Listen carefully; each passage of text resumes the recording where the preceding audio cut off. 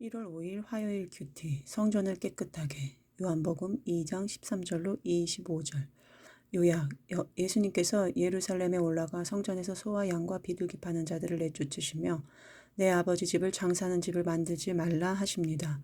이에 유대인들이 예수께 무슨 표적을 보이겠느냐 묻자 예수님께서 이 성전을 헐라 내가 사흘 동안에 일으키리라 하십니다. 모든 사람을 알고 계신 예수님은 아무에게도 자신을 의탁하지 않으십니다. 질문.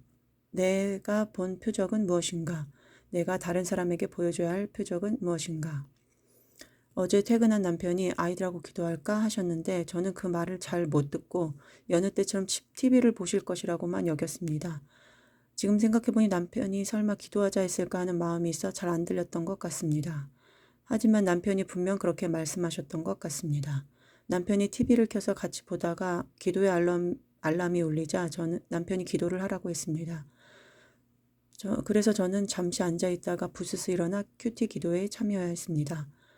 그러다가 승주 때문에 화장실에 갔다가 남편이 앉아있는 컴퓨터 방에 갔는데 남편이 EBS에서 만든 구약의 사람들이라는 프로그램을 보고 있었습니다.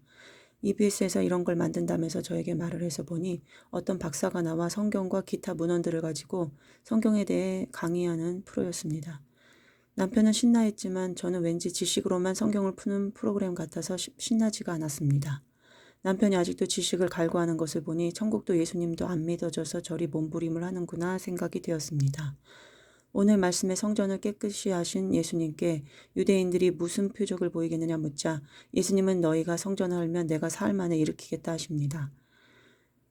그것이 성전된 당신 육체를 가리켜 하신 말씀이신 것을 주님께서 십자가 고난을 당하시고 부활하신 후에야 제자들이 기억하고 믿었다고 합니다. 믿음은 구원의 사건이 왔을 때 들어두었던 말씀이 기억나며 생기는 것이라 하십니다. 그리고 누군가 십자가의 길을 갈 때 그것을 보고 생긴다고 하십니다. 하나님이 남편의 믿음도 주실 것인데 그러려면 내가 먼저 십자가의 길을 가라 하시는 것 같습니다. 저 역시 그렇게 믿음이 생긴 것 같습니다.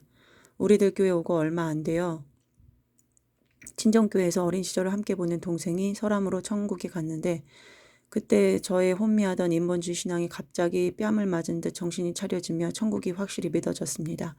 신앙에 대해 누가 물어보면 겸손한 척하며 저는 믿음이 없어요. 천국도 죽어봐야 알지요.